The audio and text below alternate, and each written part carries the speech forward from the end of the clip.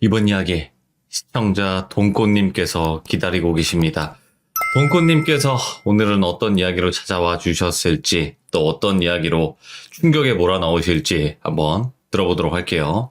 안녕하십니까. 아이고 돈꽃님 메리가 크리스마스입니다. 메리 크리스마스입니다. 아이고 감사합니다. 오늘 또 돈꽃님께서 찾아와 주셨네요. 예, 그렇습니다. 저 주소 지정했잖아요. 아 그럼요. 전입신고가 완료됐더라고요 보니까. 이제 예. 우리 한 식구니까 뭐 이제 밥도 같이 먹고 그렇게 또 합시다. 네, 아무튼 감사드립니다. 자, 오늘 돈꽃님께서 해주실 이야기는 키워드로 얘기를 하자면 어떻게 될까요? 귀신입니다. 귀신? 네. 돈꽃님 이야기에서 이제 귀신? 네. 오호, 알겠습니다. 그러면 바로 출발을 해보도록 할게요. 렛츠 고! 기릿입니다. 렛츠 기릿!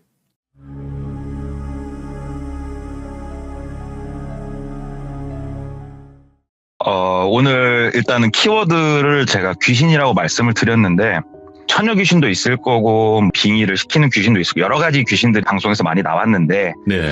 제가 얘기하고 싶은 이 사연의 귀신은 돈 귀신이에요. 돈. 돈? 이 돈이요. 예. 여러 가지 물건에 귀신이 깃들 수도 있지만 사실 이 방송을 들으시는 많은 귀종님들도 이 돈 귀신에 자유롭다고 말할 수 있는 사람은 아마 흔치 않을 거예요. 아, 돈 싫어하는 그래서- 사람 있습니까? 예.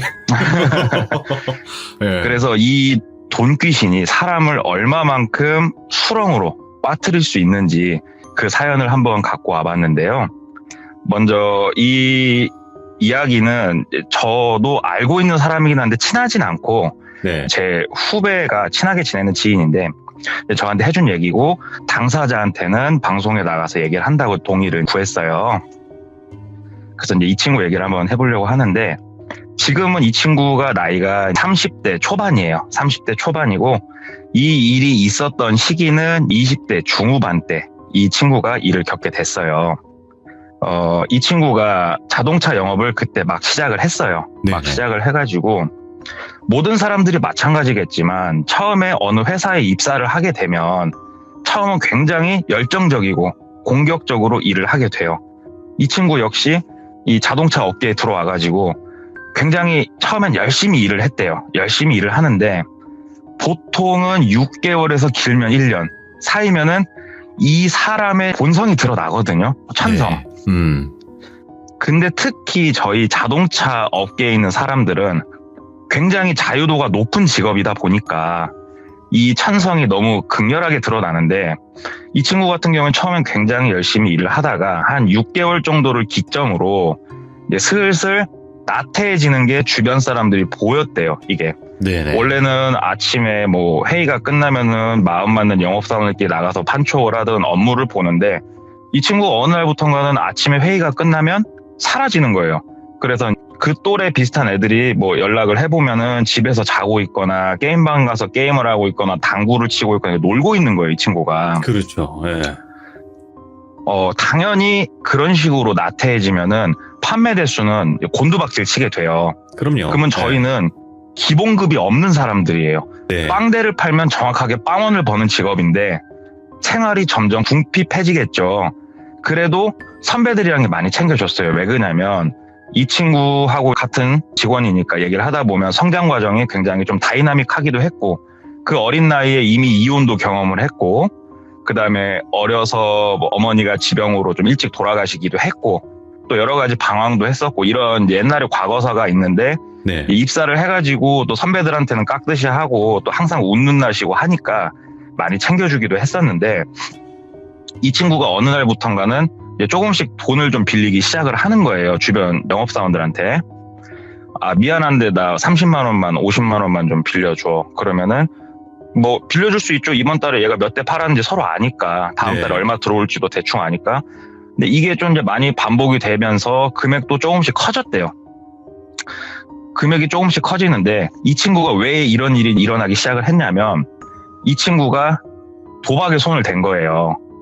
예. 근데 영업사원들이 생각보다 다는 아니지만 일부가 도박을 좀 해요. 다들 네. 즐기면서 하시는 진짜 순수히 그런 분도 있겠지만 우리 영업사원들이 월급날에 들어오는 액수가 사실은 커요. 상당히. 근데 이 큰 금액에서 썬팅샵이나 여러 샵들 결제를 해주고 나면 사실 뭐 그렇게 많이 버는 건 아닌데 네.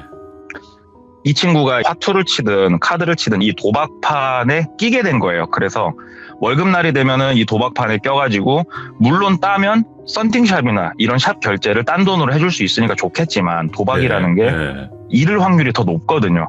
그러면 돈을 잃고 썬팅샵 결제를 해주면은 당장 자기가 먹고 살 길이 막막하니까 썬팅샵을 미루게 되고, 그러니까 미루니까 독촉이 들어오고 압박이 들어오니까 또 돈을 여기저기서 조금씩 빌려가지고 또 메꾸고, 이게 반복이 되다 보니 또 액수가 커져서 자기 이름으로 대출도 받게 되고 뭐 카드깡도 하게 되고 이런 상황까지 이 친구가 가게 된 거예요.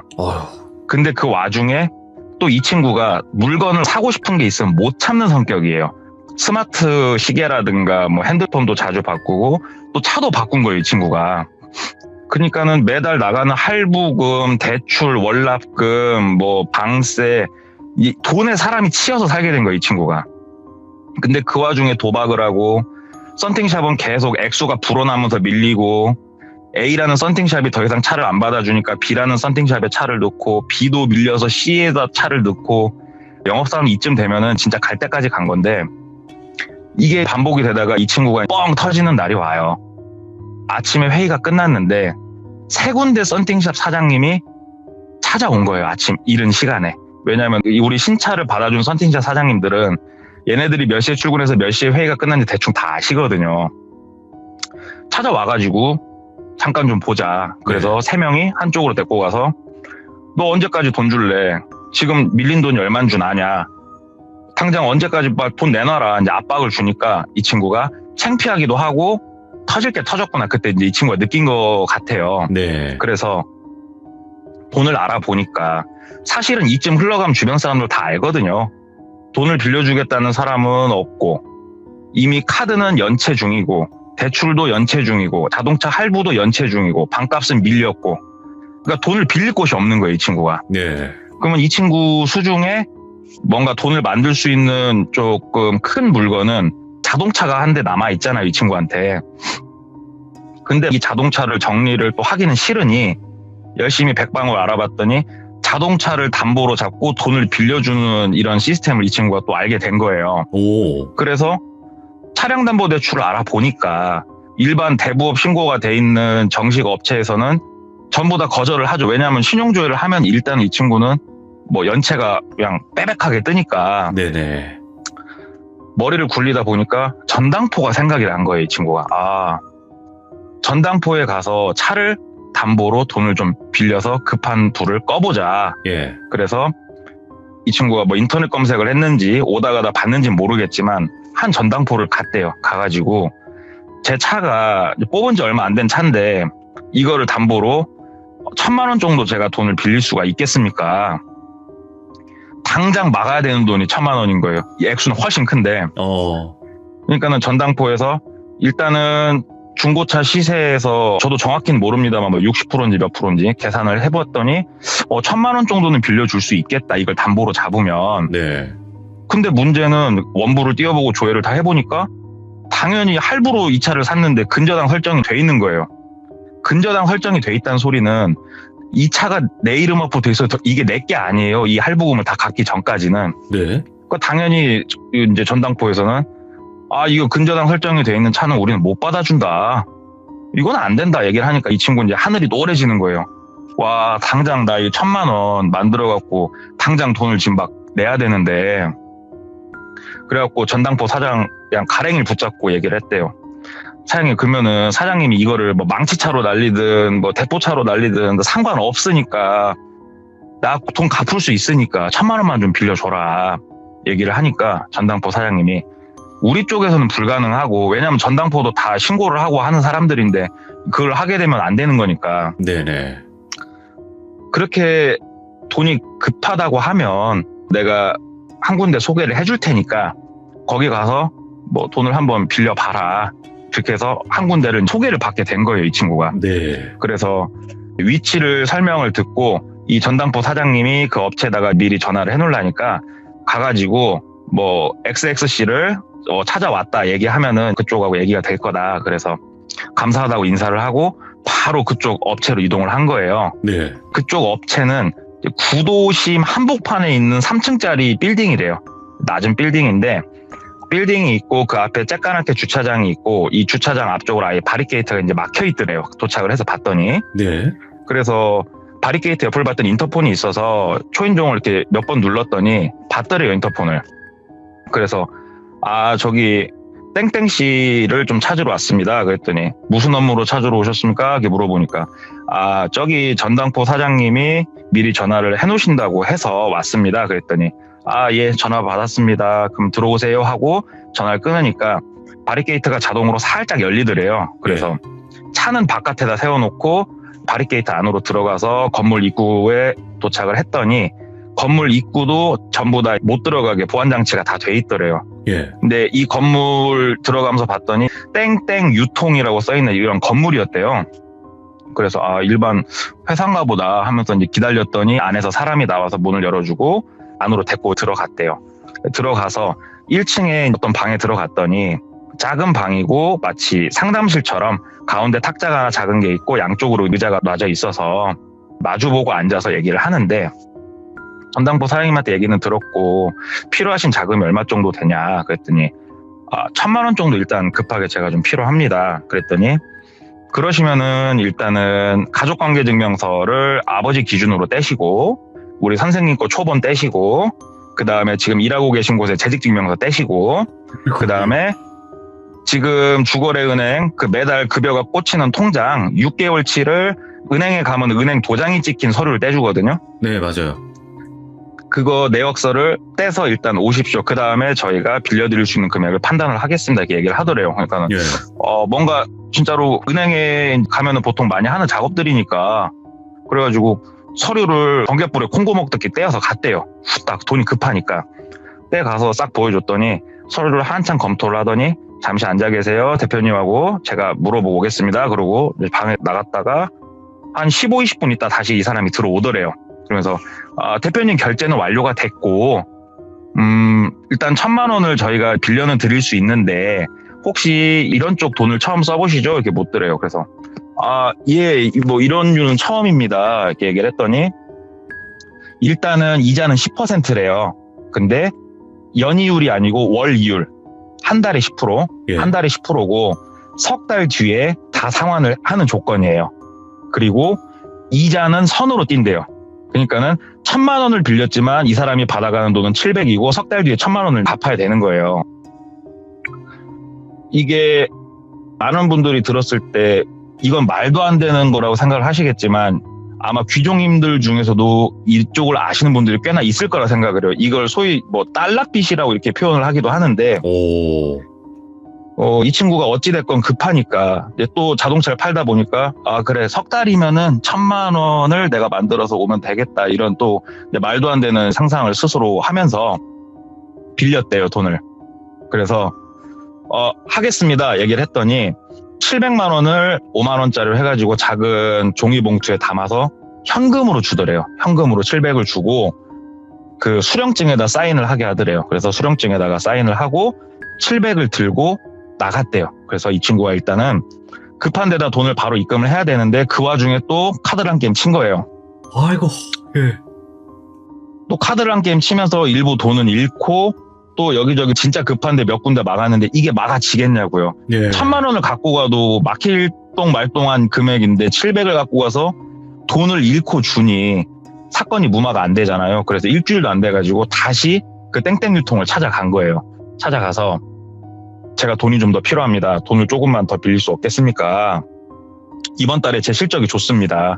돈을 충분히 제가 갚을 능력이 됩니다. 얘기를 했더니 500만 원을 더 빌려줄 수 있는데 그때도 얘기했다시피 선이자를 떼는데 선이자를 100만 원 단위로 잘라서 준대요. 그러니까는 500을 빌리면 300을 가져갈 수 있는 거예요.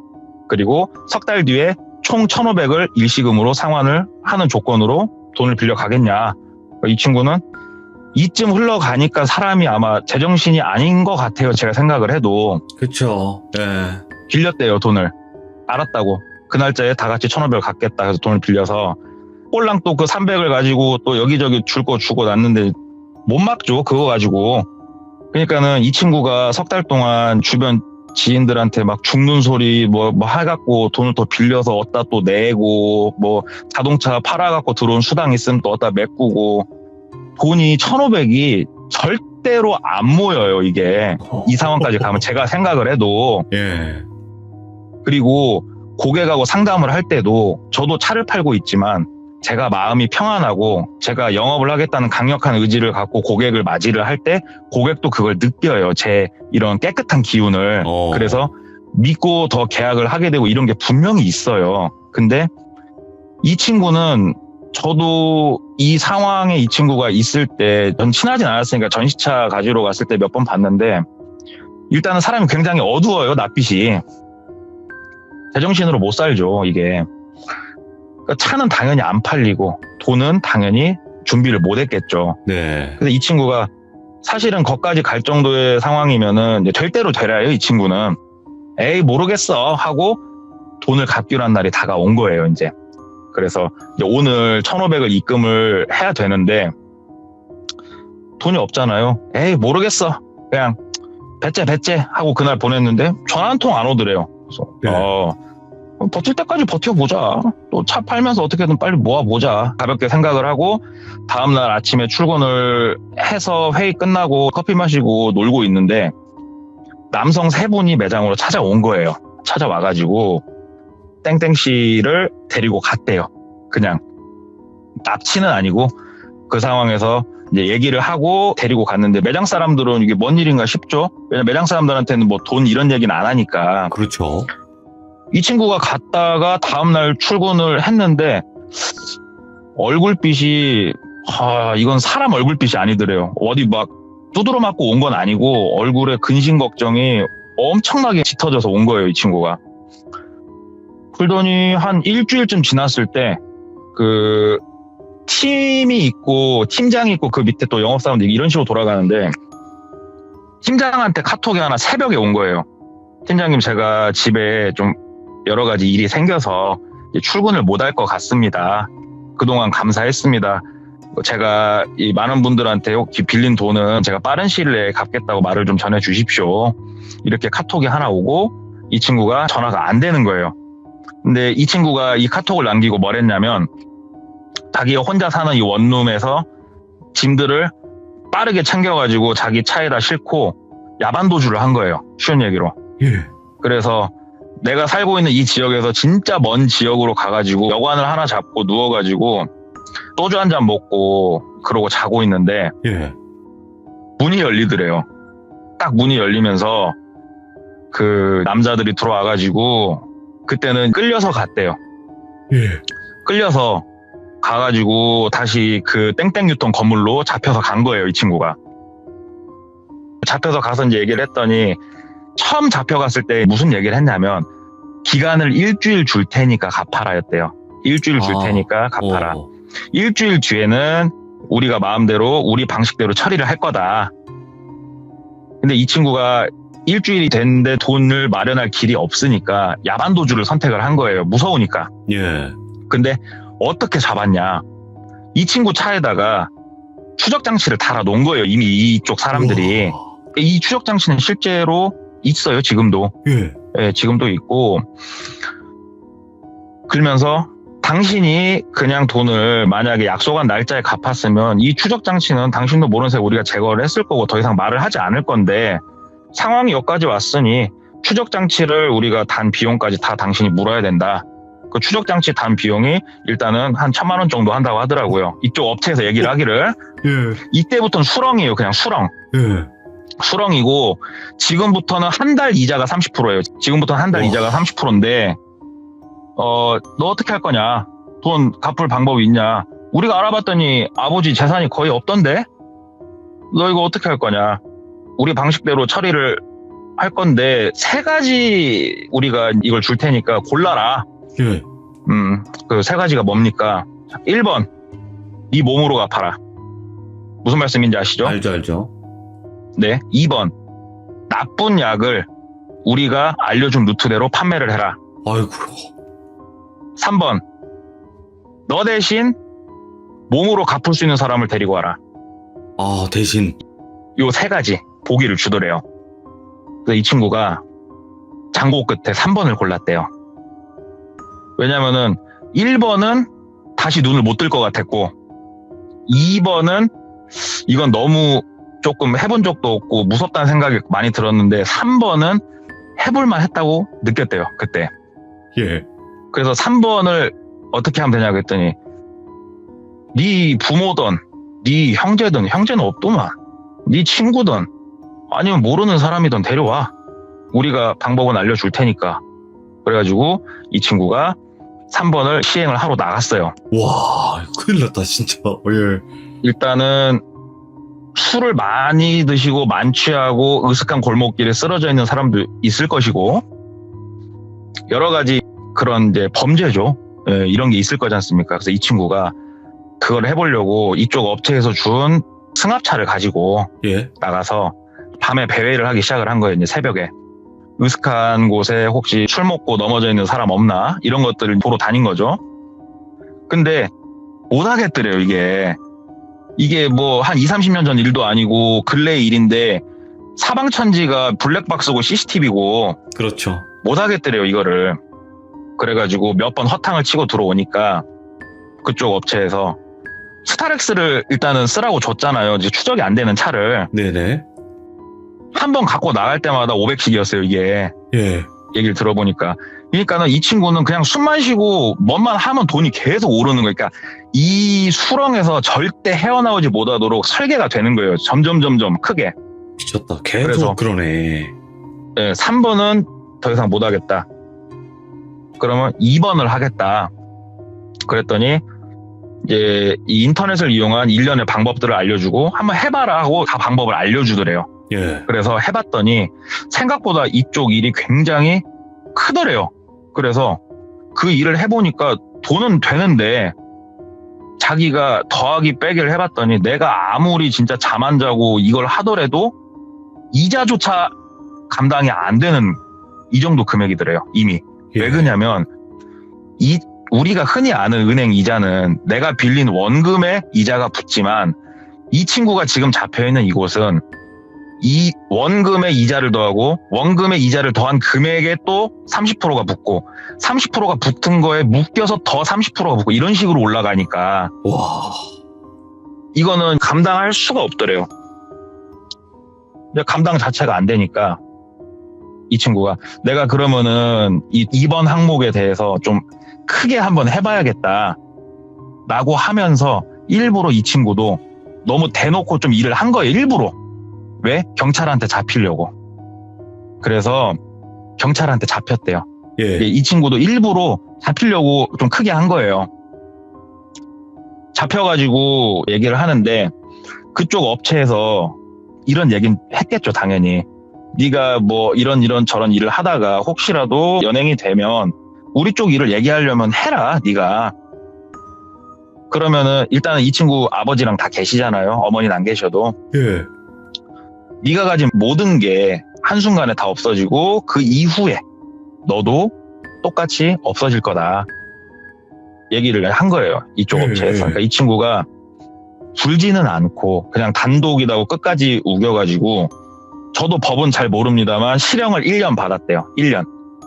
초범이고 생활이 굉장히 궁핍했고 여러 가지 것들을 해가지고 1년을 받아서 교도소에서 1년을 수감을 하고 예. 이제 출소를 했는데 출소를 딱 하니까 기다리고 있더래요. 이 친구를. 예. 진짜 그때 주저앉았대요, 이 친구는. 왜 그러냐면 감옥에 들어가서 나오면은 그래도 이렇게 찾아오진 않을 거라는 생각을 했는데 예. 딱 어떻게 알았는지도 모르는데 아무튼 출소를 딱 하는데 밖에 나왔더니 이미 이 사람들이 자기를 기다리고 있더래요. 그래서 그 자리에 주저앉아가지고 다리 힘도 안 들어가더래요, 그때는. 예. 이 사람들 차에 이제 타서 다시 잡혀간 거예요. 잡혀갔더니 1년간 고생했고 1년 동안 기간은 이자를 우리가 받진 않는다. 오. 받진 않고 또 빚 갚아야지. 그래서 이 친구가 물었대요. 오늘 기준으로 제가 갚아야 될 돈이 얼마입니까? 그랬더니 대략 2억 5천 정도더래요. 금액이. 2억 5천.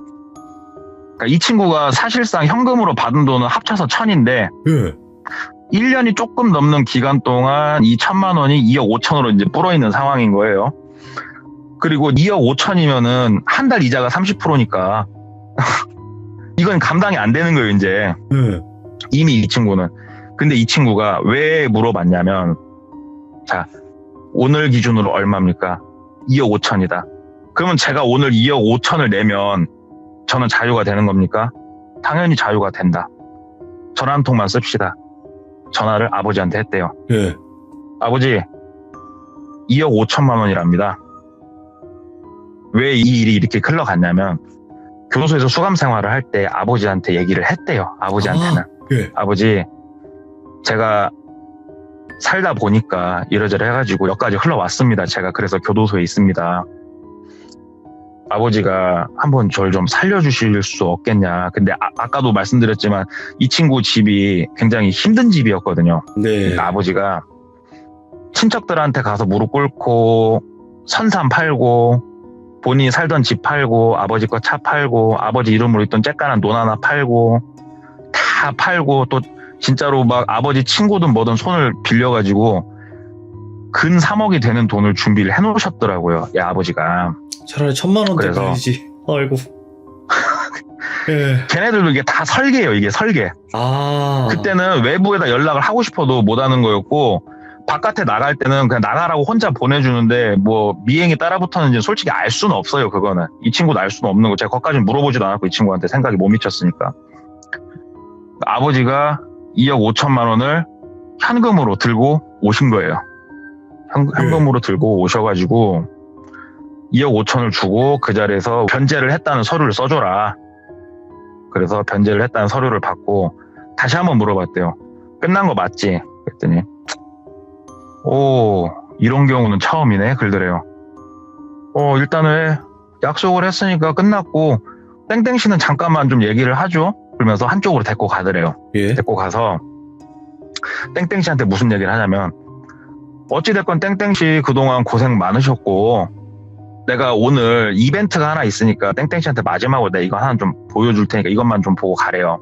그래서 땡땡 씨가 알았다고 따라갔대요. 그랬더니 그 건물 지하로 내려갔대요. 예. 그리고 옆에는 지하로 내려갈 수 있는 도로가 돼 있고 주차장 옆으로 지하에 아까 말씀드렸던 1번 항목 행위를 할 수 있는 시설이 다 갖춰져 있더래요. 뭐야. 예. 근데 이 1번 항목을 행위를 할 때 이게 아무 때나 할 수 있는 건 아니거든요. 왜 그러냐면은 예. 1번 행위를 해서 이제 사람 몸 밖으로 나온 그거에 뭐 계속 버틸 수 있는 건 아니잖아요. 굉장히 짧은 시간밖에 못 나와 있는 거잖아요. 예. 그러니까는 다른 쪽하고 컨펌이 되면은 그 날짜에 맞춰서 1번 항목을 시행을 하게 되는 건데 1번 항목 시행하는 거를 옆에 세워서 보여주더래요. 예. 보여주고 다시 한쪽으로 데리고 가서 실제로 네가 데리고 오면은 이렇게 작업도 다 할 수 있고 너한테 커미션을 줄 수 있다.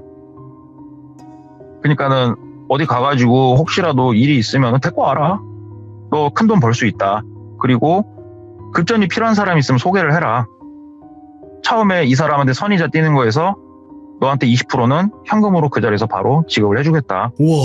나가서 사람들이 있으면 데려오고 이 일이 네가 가운데서 브로커로서 움직이면 큰 돈을 만들 수 있는 시장이다. 어차피 넌 이 일을 겪지 않았냐. 일단 나가는 건 축하하고 나가서 다른 거 할 일 없으면 이쪽 일 해보는 것도 괜찮다. 그리고 나가서 네가 뭐 신고를 할 것 같았으면 진작에 했겠지만 혹시라도 그런 마음을 가지면은 아까 봤던 1번 항목 시행 장면을 잘 생각해봐라. 축하하고 나가봐. 그래가지고 아버지랑 그 건물에서 이제 나온 거예요.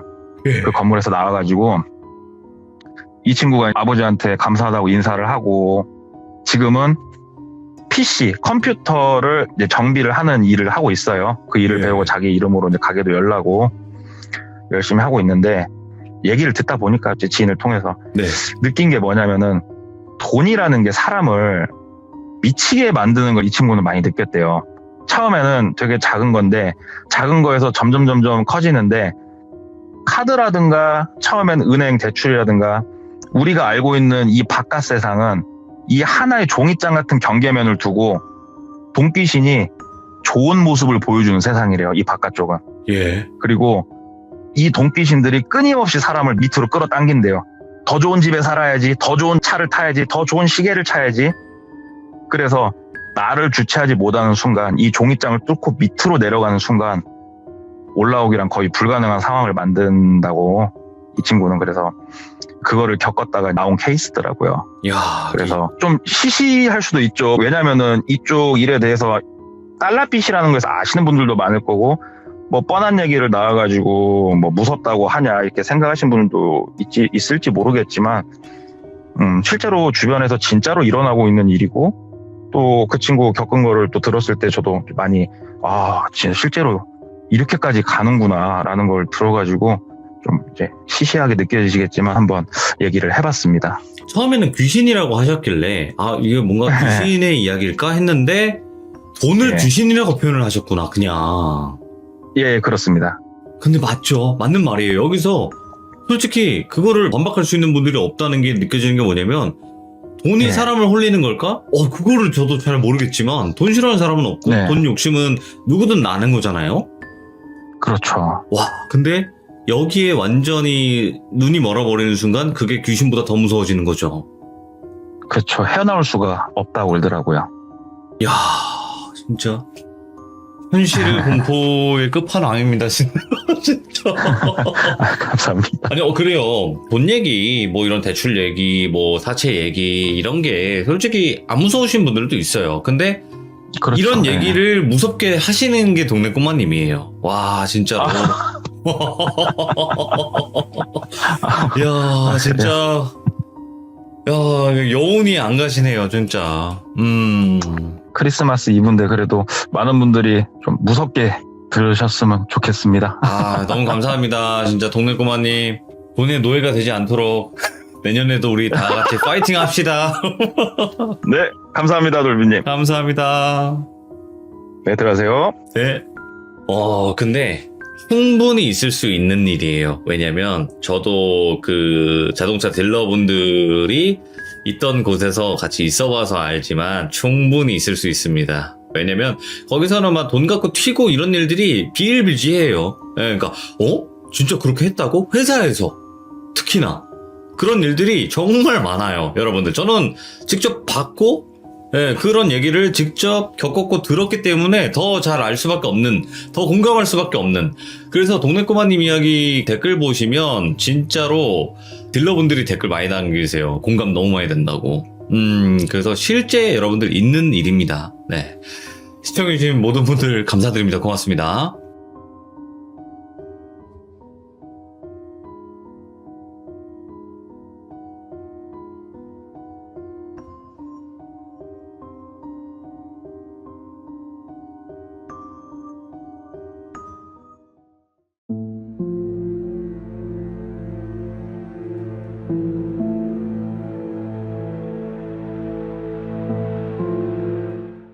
자, 이번 이야기는 시청자 백묵님께서 또 오랜만에 찾아와 주셨습니다. 오늘 백묵님께서 해주실 이야기 바로 어떤 이야기인지 확인해 보도록 하겠습니다.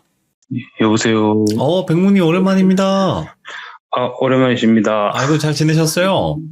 정말 더할 나위 없이 너무 잘 지내고 있습니다. 지금. 아이고, 다행이네요. 자, 오늘 오랜만에 또 백묵님 다시 또 찾아와 주셨는데, 오늘 이야기를 좀 간단하게 설명을 해주신다면 어떤 이야기가 될까요? 일단 세 가지를 이야기하려고 하거든요. 첫 번째는 귀신 이야기, 두 번째는 악신이랑 어떻게 됐는지, 예. 그리고 세 번째는 선생님의 관점. 이 두 이야기에 대해서. 처음 듣는 분들은 모르실 수도 있으니까 선생님보다는 예. 이제 뭐 무속인이나 무당으로 설명을 해주시는 게 더 좋을 것 같아요. 네. 예, 알겠습니다. 자, 그러면 도대체 어떤 이야기일지 출발을 해보도록 하겠습니다. 렛츠 가! 길이십니다. Let's get it!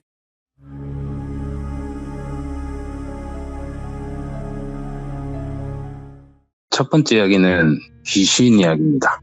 제가 단어 선택이 조금 이상하다 싶으실 수도 있는데 제가 항상 보통 영가 이렇게 말씀을 드리잖아요. 예. 근데 오늘은 귀신이라고 칭을 할게요. 네. 하고 그 이야기는 이제 제일 마지막에 저를 도와주시는 무속인 분이 이야기에서 나오게 될 거예요. 알겠습니다. 예. 때는 제가 결혼하기 2달 전쯤인 17년도 아마 6월 중순이었어요, 그때가. 당시에 낮에는 회사를 다니고 밤에도 배달을 하고 이렇게 했는데 그 귀신을 만난 날이 제 기억 속에 그날이 평일인데도 밤에 주말만큼 되게 바빴어요. 뜬금없이. 정말 뜬금없이 바빠가지고 보통은 한 11시쯤이면 배달 끝내고 집에 가서 쉬는데 새벽 1시까지인가 연장해서 계속 일을 했거든요. 마지막 배달을 하고 너무 피곤하다 보니까 집까지 오토바이 타고 가기가 힘든 거예요. 이게 너무 힘든 거예요. 그래가지고 좀 가다가 쉴 수 있는 곳 좀 있으면 쉬어야 되겠다 싶어가지고 가는데 한 50m 좀 갔나? 분명히 갈 때는 못 봤던 작은 정자가 보이는 거예요. 예. 안 보였던 곳이 집에 가려고 하니까 보여가지고 저기서 조금 쉬어 가야 되겠다 싶어가지고 이제 거기 앉아서 구름 과자를 태우고 있었어요. 예. 산 바로 아래 있었던 곳이었는데 그 옆에 보시면 정자인데 안고 보니까 작은 불당이랑 앞에는 또 뭐 제사를 지내는 것 같은 곳이 있는 거예요. 초 켜놓고 불당 있고 그래서 그런 곳인지 뭐 빛이랑 기기랑 연가들이 아무것도 안 보이는 거예요. 밤에 새벽 1시면 축시라고 해가지고 예. 귀신이 제일 화려하게 설치는 시간대인데도 아무것도 안 보이는 거예요. 그래서 몸도 너무 피곤하고 조금만 쉬다가 이래갖고 하고 있었거든요. 시원한 바람도 불고 이래가지고 헬멧 속에 블루투스 연결돼 있어가지고 노래 들으면서 흥얼흥얼거리면서 구름 과자를 태우고 있었죠. 예. 근데 갑자기 어린아이 남자 목소리가 아유 냄새야 이러면서 들리는 거예요. 예. 그래서 제가 죄송함 이래 말을 하다가 순간 온몸에 소름이 쫙 돋는 거예요. 왜 그러신지 아시겠어요, 여러분? 왜요? 제가 분명히 헬멧 속에 블루투스를 연결해갖고 노래를 듣고 있을 때 했잖아요. 맞아. 근데 또 제가 보통 노래를 들으면 좀 크게 듣거든요. 예. 막 이상한 소리들이 좀 많이 들려서 좀 크게 듣는 편인데 그런 소리 속에서 아유 냄새야 이래 소리가 들리는 거예요. 예. 그래서 순간 바로 연가구나 확신을 하고 모르는 척하고 그냥 떨어뜨린 척 막 찾는 척 이거 뭐 어디 갔지? 또 잊어버렸네. 그냥 발연기하면서 그냥 집에 가야 되겠다 이러면서 두리번거리다가 이제 일어나서 오토바이 쪽으로 가려고 딱 일어나는데 제 바로 앞에 한 150cm도 안 될 것 같은 검은 연기가 일렁이는 거예요. 예. 그러면서 아직도 헬멧 안에서는 음악 소리가 크게 나오는데도 이제부터는 말이 정말 뚜렷하게 저한테 전달이 돼요. 왜 모르는 척 해? 이러면서 나 있는 거 알잖아. 나 보잖아 이러면서 어떠한 형체도 안 보이고 그냥 연기로만 보여서 저는 약한 애인 줄 알았죠. 약한 애가 사람 보고 장난치는구나. 그래서 영가분 짬밥도 있는데 이런 애들한테는 쫄지 말자 생각이 들어가지고 그래 보인다 들린다 힘들어서 좀 쉬고 가려고 하는데 와 가가지고 놀래키냐고. 예. 애인 것 같은데 이렇게 사람들 놀래키고 이러면 안 돼. 나 이제 갈 거야 이러니까 애가 막 미친 듯이 웃어요. 그냥 그 어린 애기들 숨 넘어가도 주듯이 막 웃으면서 너 참 재밌다. 너 진짜 참 재밌어. 나 너 따라갈래 하는 거예요. 근데 그 당시 제가 결혼 2달 전이어가지고 예. 신혼집에 혼수가 들어와야 돼서 제가 기존에 살던 집을 정리하고 신혼집으로 아예 바로 그냥 짐을 먼저 옮겨놔서 거기서 살고 있었거든요. 예. 그리고 연가한테 워낙 많이 시달리다 보니까 아예 그냥 신축 아파트로 구했어요, 제가. 이유가 신축 아파트에는 연가들이 일단은 먼저 없을 거고 살다가 어째 들어오려고 해도 어느 정도는 막을 수 있겠지 이런 생각 때문에 구한 거였는데 얘가 따로 온다니까 짜증이 확 나더라고요. 그래서 제발 좀 사람 좀 편하게 좀 살자고. 내 진짜 힘들게 살았다고. 예. 이제 좀 살만한데 제발 좀 모른 척 그냥 가라 하니까 싫다면서 계속 웃어요. 그냥 계속 숨 넘어가듯이 웃으면서 싫어 무조건 갈 거라고. 너 정말 재밌다고 막 웃으면서 너 진짜 재밌어 뭐 이러면서 너무 장난기 심한 말투로 약 올리듯이 막 그러니까 순간 화가 너무 나가지고 속으로 생각을 했죠. 그러든가 말든가 내가 가는 길에 편의점에서 소금 사갖고 좀 뿌려버려야겠다 이렇게 생각하는 순간에 얘가 또 야 내가 그런 걸로 될 것 같아 이라는 거예요. 그 순간 싶었죠. 생각을 잃는다고 이러면서 여태 만난 연가들은 이런 건 단 한 번도 없었거든요. 예. 그래서 좀 뭔가 좀 다르구나 얘는. 그래서 정중히 부탁을 했어요. 저 이제 진짜 조금 살만해졌습니다. 제발 부탁드릴게요. 그냥 가시는 길 가세요. 저는 곧 결혼도 해야 되고, 그리고 나 혼자 모르겠는데 그쪽 보니까 제 아내 될 사람한테까지 괴롭힐 것 같은데 제발 그냥 가주세요. 제가 간단히 먹을 거 사갖고 드릴 테니까 제발 그냥 그렇게 해주시면 안 되겠어요. 이렇게 좀 정중하게 부탁드리면서 빌었어요. 아이고. 근데 얘는 계속 정말 짜증날 정도로 웃음소리에 나 다 알고 있었어 이러면서, 근데 나도 너 옆에 계속 있을 생각 없어 이러면서, 너 혼례 올리기 전에, 혼례라고 하더라고요. 이 귀신은 혼례 올리기 전에 갈 거니까 그 전까지만 나랑 있자. 내가 이렇게 긴 시간 있으면서도 네 같은 사람 손에 꼽힐 정도라고. 너무 재밌다고 너는. 이러는 거예요. 그래서 화가 극도로 올랐죠. 막 너무 약 올리는 것 같고 비웃는 것 같고. 그래서 내가 뭐가 그리 재밌냐고, 내 생긴 게 그렇게 웃기게 생겼냐고, 그냥 가시면 안 되냐고 막 짜증을 좀 심하게 냈는데, 얘가 연기가 제 키 정도로 커지더니 팔 같은 게 제 목 쪽으로 쑥 다가오는 거예요. 그러더니 순간 제가 멱살이 탁 잡힌 것만 숨이 탁 막히더라고요. 그래서 아니 내가 간다는데 네가 왜? 이러는 거예요. 그래서 저는 숨도 안 쉬어지고 말도 안 나고 막 바둥바둥 거리다가 얘는 정색을 하다가 또 웃으면서 그걸 탁 놓았는지 제가 숨 쉬어지고 저는 컥컥거리고 있고, 연기는 다시 자가지고 저한테 나긋하게 진짜 약속할게. 혼례하기 전에 갈 거니까 아무런 해도 안 끼치고 그럴 거니까 그냥 너희 집에만 조용히 있을게 이라는 거예요. 그 순간 이 뭔가 진짜 급살 맞아서 죽을 수도 있겠다라는 이런 공포심이 생기니까 뒷일은 나중에 생각하고 일단 알겠다. 근데 대신에 정말 저 결혼하고 오면 없어져 주세요 부탁을 했어요. 그러니까 진짜 알겠다, 가자 막 이래 하시는 거예요. 그래갖고 집으로 갔어요. 예. 그래서 약 2달 동안 귀신과 동거 아닌 동거를 했는데, 근데 진짜 조용히 지내더라고요 얘가. 예. 밤늦게 뭐 일 마치고 오면 TV가 켜져 있던가, 화장실 가려고 나가보면 센서등 밑에서 춤추고 있으면서 센서등이 깜빡깜빡거리고, 뭐 수돗물 떨어지는 소리 나갖고 가보면 뭐 혀같이 보이는 연기가 막 낼름낼름 하고 있고, 가위 한번 세게 한 몇 번 눌려주고, 밥 먹고 있으면 불쑥 나타나가지고 그냥 뭐 자기도 밥 차려달라 그러고. 큰 별탈 없이 지냈어요. 뭐 연가 보시는 분들한테는 뭐 그닥 그렇게 큰 일은 아니니까 이게. 그렇게 하다가 결혼식 이틀 전 밤에, 그날은 안 보이는 거예요 유독. 예. 저 혼자 밥 먹고 TV 보려고 하는데 갑자기 얘가 제 앞으로 처음으로 형체를 엄청 뚜렷하게 나타내는 거예요. 근데 머리가 상투를 올린 머리를 해야 되나? 그 옛날 선비들 이렇게 갓 쓴 거 빼면 똥머리처럼 이렇게 해놓은 거 있죠. 오, 예. 그런 머리에다가 얼굴이 정말 하얗고 눈도 정말 크고 너무 이쁘게 생겼어요. 진짜. 예. 남자애기가 너무 이쁘게 생겨가지고 순간적으로 정말 이쁘다라는 그 생각밖에 안 들었거든요. 그러면서 위에는 그냥 아무 무늬 없는 흰 저고리 같은 거 입고, 바지는 자색 한복 바지 입고 있었고요. 예. 그리고 하얀 고무신을 신고 있었어요. 그래서 야, 니 이래 이쁘게 생겼는데 뭐 한다고 그래 모습 숨기고 다녔냐고, 내가 이랬으면 안 무서워했을 거 아니냐고 이러니까. 근데 갑자기 왜 이렇게 모습을 들이내노 이러니까, 얘가 약속했잖아, 이제 가야지, 잘 지냈다, 재밌겠다, 간다 이러는 거예요. 근데 참 이게 제가 그런 생각을 들면 안 되는데, 막상 간다 하니까 뭔가 좀 아쉬운 거 있죠. 그런가 봐. 예. 근데 와 있어도 뭐 아는 척도 별로 안 해주고, 제가 막 이래 하고 말 걸고 이래 해도 막 좀 짜증도 많이 내고 이래 하고 하니까 솔직히 집에도 거의 없었거든요. 네.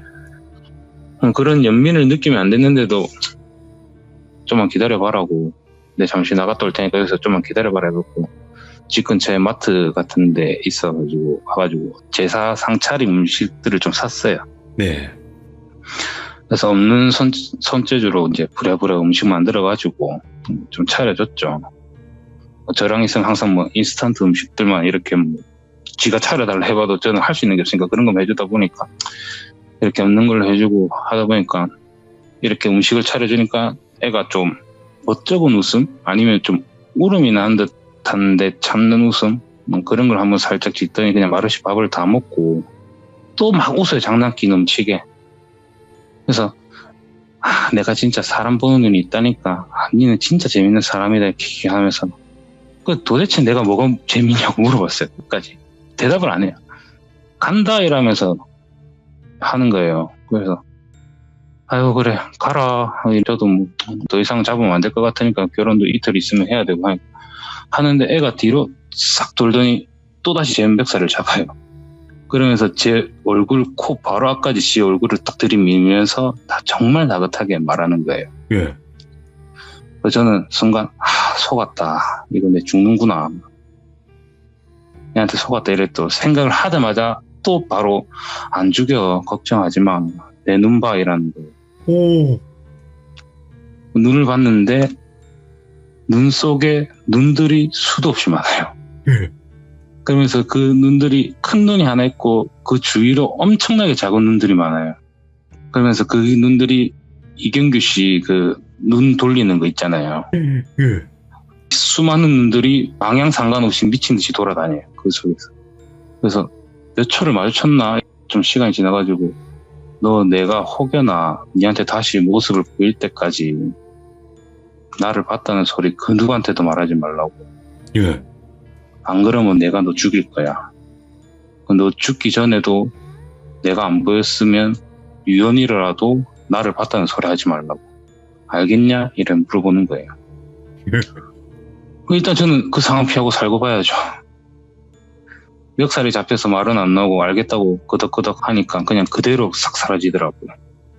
그렇게 이제 결혼을 하고 아이도 태어나고 뭐 이전 에피소드 시참했던 이런저런 이야기들이 발생하면서 살아가다가 이제는 가족마저 건드려 버리니까 그 악신이 이 남자 아이 귀신 말고 이전 이야기에 나왔던 악신이랑 너무 트러블이 강해졌다 보니까 이제는 최후의 결전을 벌이려고 선생님 댁 근처로 거처를 옮겼죠. 예. 이제부터 두 번째 이야기입니다. 이게. 예. 정말 그 지독한 악인이었던 그 악신이 어떻게 됐는지를 이야기를 하려고 하는데 네. 제가 한 2달 전인가요? 제가 돌비님한테 빙의된 것 같다고 들어온 것 같다고 이렇게 카톡을 드렸던 적이 있었잖아요. 예.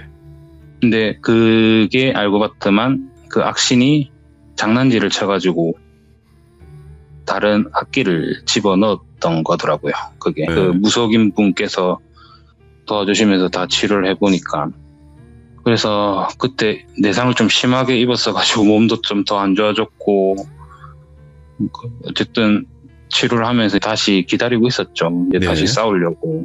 그러다가 제가 지난달인가 또 돌비님한테 뭐 오브 찍혔다고 영상 보내드리면서 뭐 이런저런 이야기 했던 날이 있었잖아요. 네네. 그날 밤이었어요. 그때가. 그날은 아침부터 컨디션이 너무 좋았어요. 그냥 하루 종일. 예. 제 아이랑도 영상 통화하면서 웃으면서 막 보내고 무슨 일이든지 다 좋았어요. 그냥. 예. 정말 기분도 좋고 너무 행복하고 그냥 속으로도 정말 그냥 더할 나위 없이 이대로만 살 수 있었으면 좋겠다. 이런 생각이 드는 날이었었어요. 그날은. 그렇게 밤이 되고 잠을 청하는데 이게 자다가 목이 말라서 깬 건지 아니면 잠을 깼는데 목이 말랐던 건지 그렇게 눈을 떴는데 가해가 눌려 있더라고요. 이게 가해가 눌려서 깬 게 아니고 깨보니까 가해가 눌려 있더라고요. 그래서 아이씨 뭐야 이러면서 빨리 풀려고 하는데 갑자기 몸이 바닥으로 한없이 떨어지는 기분이 드는 거예요. 그러면서 제 입속에 뭔가 미끌거리는 게 가득 차 있는 기분이 들어가 있고 제 피가 역으로 돌아가지고 그 입속에 있는 것 쪽으로 빨려 들어간다는 느낌이 들더라고요. 예. 순간적으로 왔구나. 진짜 왔구나. 이거는 이전에 제가 빙의 됐을 때랑은 완전히 달랐어요. 네. 차원이 달랐어요. 느낌 자체가. 제가 죽을 준비를 하고 싸울 준비를 했는 상황에서도 엄청나게 공포가 밀려오더라고요. 이게. 그러면서 이렇게 정말 더할 나위 없이 좋은 날에 내 마지막이 되는 날일 수도 있겠구나 하면서도 애기랑 집사람 생각도 들고 이러니까 정신이 차려지더라고요. 예. 이제 그러면서 어두웠던 방 안에가 이제 적응이 되었는지 시야가 조금씩 보이기 시작하는데 보이는 시야에는 딱 하나밖에 없었어요. 그 뱅꼬리 위에 몸통. 예. 고개조차도 돌아가지 않고 오로지 그것만 보고 있고 팔다리는 무언가 계속 물어뜯는 듯한 엄청난 고통이 느껴지더라고요. 예. 그리고 정말 날카롭게 웃는 듯한 여자아이 웃음소리가 정말 고막을 찢어질 듯하게 크게 웃고 그래도 살아야 했고 약속을 했기 때문에 어떻게든 정신을 붙잡고 선생님이 와주시기를 일단 기다리고 있었죠. 이제 그런 공포도 적응이 된 건지 몸은 아픈 거는 적응이 안 되더라고요. 공포는 적응이 되는지 마음이 조금씩 냉정해지기 시작하더라고요. 그래서 속으로 그래 들어와라. 진짜 제대로 한번 붙어보자. 난 절대 안 죽는다. 난 살 거라고. 오히려 오늘 네가 제삿날이라고 진짜 정말 일념 하나로 미친 듯이 버텼어요. 그런데도 점점 제 입안으로는 그 구렁이 악신의 몸들이 조금씩 들어오고 있었어요. 예. 제 몸에는 피가 나가는 것 같았는데 그게 사실상 혼이 나가는 기분이었던 것 같아요. 그게. 혼이 계속 사실상. 빠지는 그런 느낌. 예, 근데 그게 제가 느끼기에는 뭔가 피 빠진다는 느낌이었거든요. 그래서 예. 물구나무 서 있으면 피 쏙 꽂히는 그런 기분 있잖아요. 네. 그런 기분이 들면서 막 몸은 아프고 한데 그렇게 얼마나 시간이 흘렀는지는 모르겠는데 엄청 그런 큰 고통을 느끼는데도 아직 그 몸에 100분의 1도 안 들어온 것 같았어요. 그러더만 이제 뭔가 움직이는 게 느껴지는 거예요. 그러더니 그 악신 얼굴이 제가 누워있는 방향에서 얼굴이 자기는 이제 반대로 저를 딱 쳐다보더라고요. 다가와가지고. 그러면서 하는 말이 나 너 안 죽여.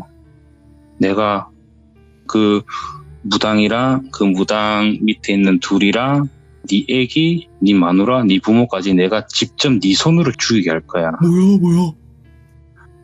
그리고 너 혼자 살려두고 절대 너 혼자 극단적인 선택 못하게 할 거야. 끝까지 널 그렇게 만들 거야. 이렇게 하는 거예요. 예. 그러면서 제 입속으로 조금씩 다시 들어와요. 눈물이 막 나더라고요. 갑자기. 예.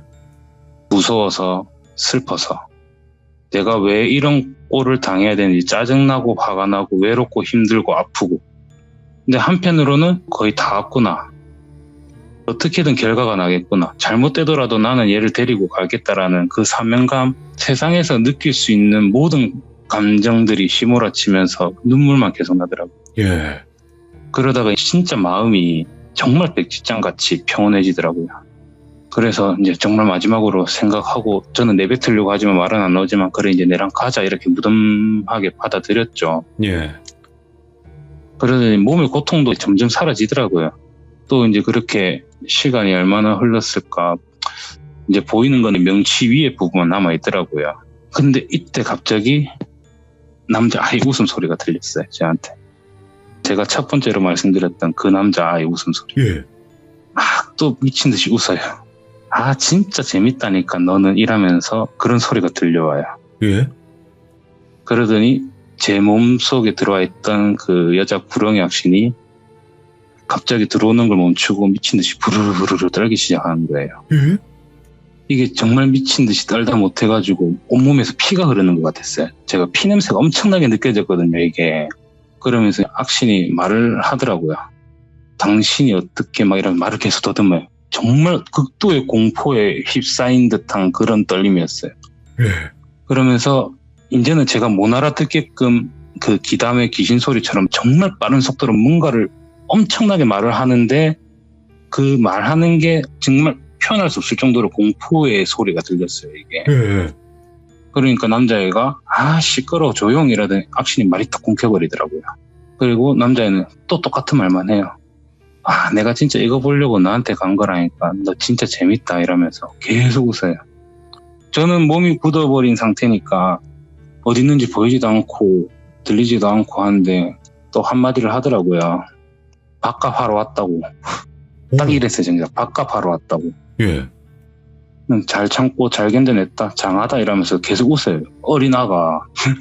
근데 이제부터 조금씩 아플 낀데 참아라 이러면서 하더만 순간 그 악신의 왼쪽 쇄골 쪽에 큰 상아뼈가 있잖아요. 예. 그게 푹 뚫고 나오는 거예요. 근데 그 고통이 저한테 느껴지는 거예요. 예. 표현을 하자면 총 맞으면 이런 기분일까 싶더라고요. 진짜 그게. 예. 정말 아팠어요. 이거는 제가 예전에 식당에서 일하다가 한쪽 팔을 그 불판에 지져본 적도 있거든요. 실수로. 그런 거는 상대가 안 돼요. 그거는 그냥 모기가 무는 수준이었을 거예요. 예. 반대쇄골, 뭐 가슴, 팔뚝 이러면서 목까지 올라오면서 뚫어버리더라고요. 그 상아뼈가. 저한테 보이는 시선은 그거밖에 없으니까. 저도 막 소리는 지르는데 소리는 안 나고 어떻게든 그 고통을 참았는데 기절도 안 해요. 이게 또. 네. 그런 고통인데 기절도 안 해요. 그러면서 그 남자아이가 말을 하더라고요. 이제 마지막이다. 이거 참으면 끝난다. 잘 참아. 이라는 건데 악신이 마지막 지 발악을 힘을 썼는지 소리를 내더라고요. 정말 빠르게 말했어요. 잘못했습니다. 잘못했습니다. 잘못했습니다. 잘못했습니다. 살려주세요. 살려주세요. 살려주세요. 이거를 반복하면서 막 미친 듯이 말을 해요. 정말 잘못했다고 살려달라고. 그러다가 아무것도 없는 곳에 조용히 해서 지내겠다고. 예. 제발 살려달라고 막 애원을 하는데 남자가 내가 왜? 이라는 거예요. 악신이 그때부터 완전 이성을 잃었는지 같은 존재끼리 이러지 말라고. 내 한이 안 보이냐고. 이 새끼 할머니가 내 한 끊는 걸 막았다고. 난 내 가족 죽는 거를 내 눈앞에서 다 쳐다봤고 이 한을 누가 풀어줄 거냐고. 내한테 왜 그러냐고. 이런 남자애가 그걸 내가 왜 이러면서 얼굴을 뚫어버리더라고요. 상아뼈. 우와. 그러면서 이제 나와 이러더라고요. 우와. 그러면서 제 몸에서 물이 막 역토하듯이 나오는 느낌이 엄청나게 들면서 계속 막 토를 해야 되기 시작했어요. 예. 그래서 정말 몸 안에 있는 물이란 물은 다 빠져나갔던 기분이 들었어요. 당시에. 그러면서 온몸에는 이제 가위가 안 눌리고 막 진이 빠진 것처럼 돼가지고 고개만 정말 힘들게 살짝 들어보니까 남자애가 한 손에는 그 큰 상아뼈를 들고 있고 한 손에는 이제 걸레짝이 된 악신을 목을 진 채 이렇게 저를 보면서 씹었더라고요. 예. 그러면서 바깥했지 이러면서 잘 살아 이러면서 쑥 사라지더라고요. 순식간에. 와, 뭐 정체를 말하지도 않고? 예, 그냥 그대로.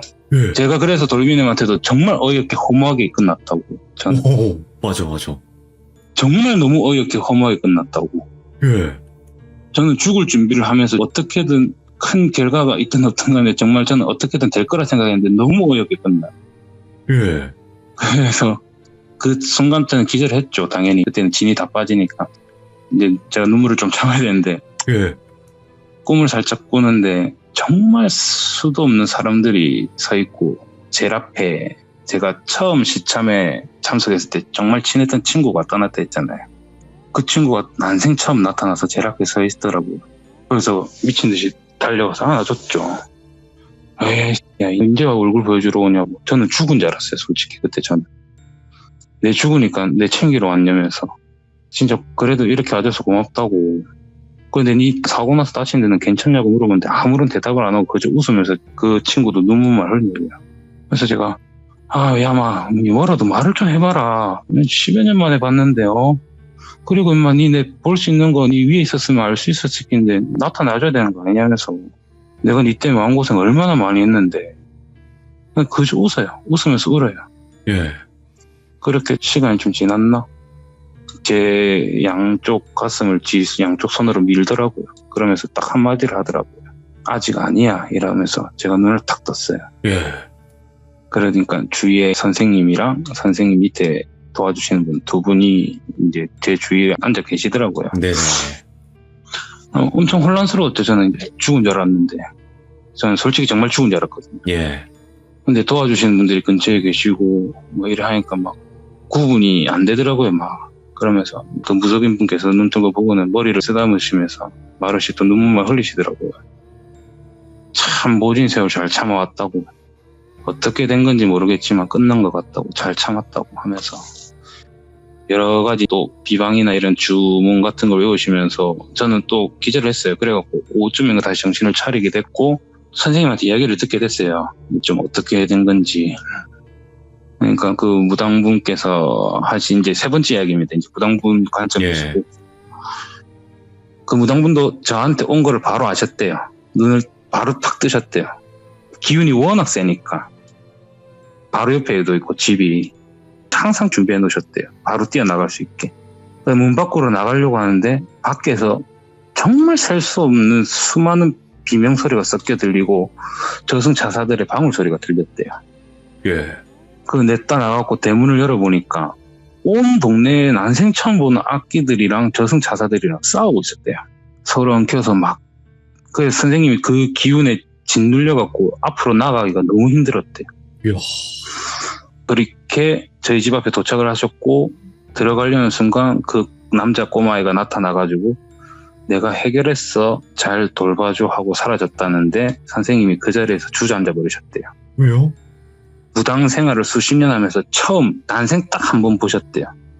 지리산에 기도 드리러 가면서 그쪽에 계시는 신령분 옆에 계셨던 사람인데 귀신이래요. 예. 귀신. 선생님 말로는 설명을 더 간단하게 하면 귀의 신. 우와. 사람들한테 산 신령들이 있듯이 귀들한테도 신들이 있다. 귀의 신. 그래서 간단하게 말해서 귀신. 우와. 딱 한 번 보셨고 그런 존재들은 산신이든 신령이든 함부로 대할 수도 없는 존재래요. 그냥 같은 급이래요. 그냥. 귀신의 신 이런 느낌인 건가? 그러니까 귀의 신.